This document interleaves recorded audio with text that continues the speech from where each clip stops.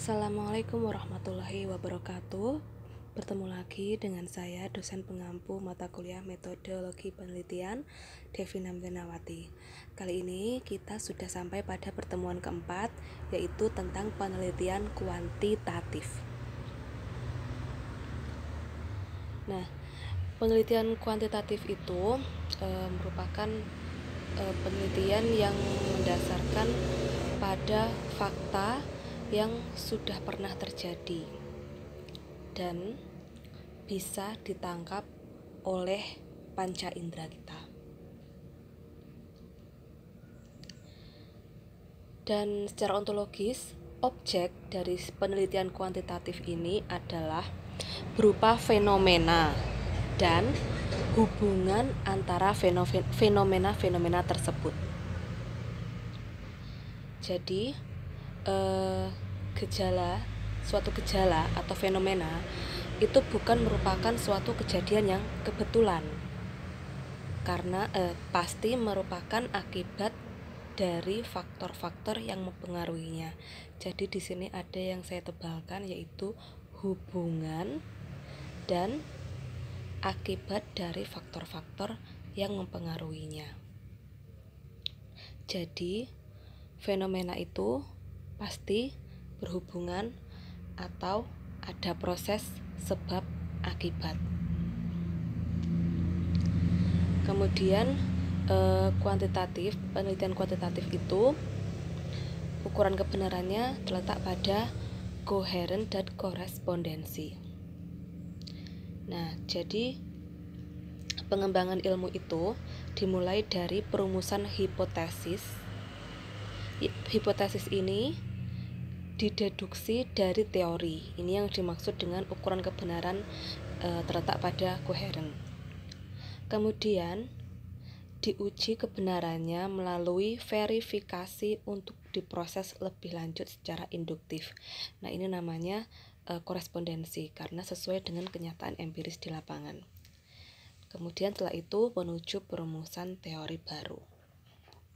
Jadi, pengembangan ilmu itu berputar sesuai siklus, yaitu logiko, ada teori, kemudian hipotetiko, perumusan hipotesis, dan verifikatif, pengujian kebenaran. Nah, ini prosesnya. Diawali dari teori, kumpulan teori, menghasilkan konsep, kemudian merumuskan hipotesis, apakah hipotesis itu akan diterima atau tidak, kemudian menentukan sampel ujinya, lalu membuat kesimpulan yang bersifat umum.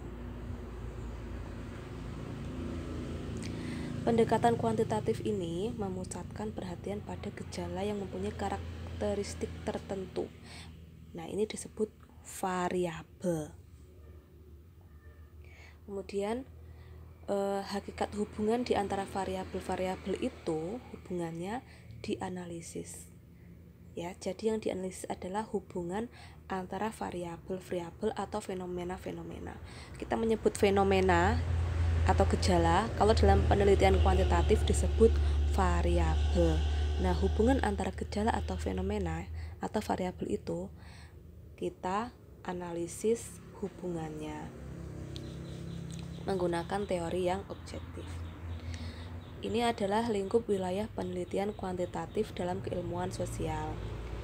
Nah, syaratnya adalah tampak, dapat diamati, dapat dikonsepkan, dan terakhir harus dapat diukur.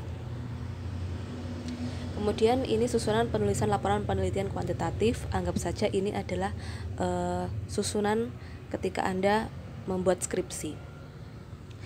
Nah, yang pertama ada bab 1, yaitu pendahuluan. Di skripsi bab 1, pendahuluan itu memuat latar belakang, kemudian pembatasan masalah dan definisi istilah. Ini merupakan indikasi masalah dalam suatu metode ilmiah. Kemudian yang bab 2 ada landasan teori. Di dalam landasan teori ada subbab, yaitu tentang tinjauan pustaka, kerangka konsep, dan hipotesis. Nah, di sini metode ilmiah tentang perumusan hipotesis masuk dalam bab 2 landasan teori. Kemudian bab 3 ada metodologi. Subbabnya adalah metode penelitian, sampling, teknik pengumpulan data, instrumen, teknis analisis data. Jadi metode ilmiah, prosedur pengujian hipotesis ada di bab 3. Kemudian bab 4 ada analisis dan pembahasan, bab 5 kesimpulan dan saran. Untuk tugasnya ada 2, mencari jurnal penelitian kuantitatif dan menyebutkan judulnya. Kemudian sebutkan alasan Anda mengapa jurnal yang Anda pilih tersebut termasuk dalam penelitian kuantitatif. Sekian untuk pertemuan hari ini. Selamat mencoba dan selamat mengerjakan. Assalamualaikum warahmatullahi wabarakatuh.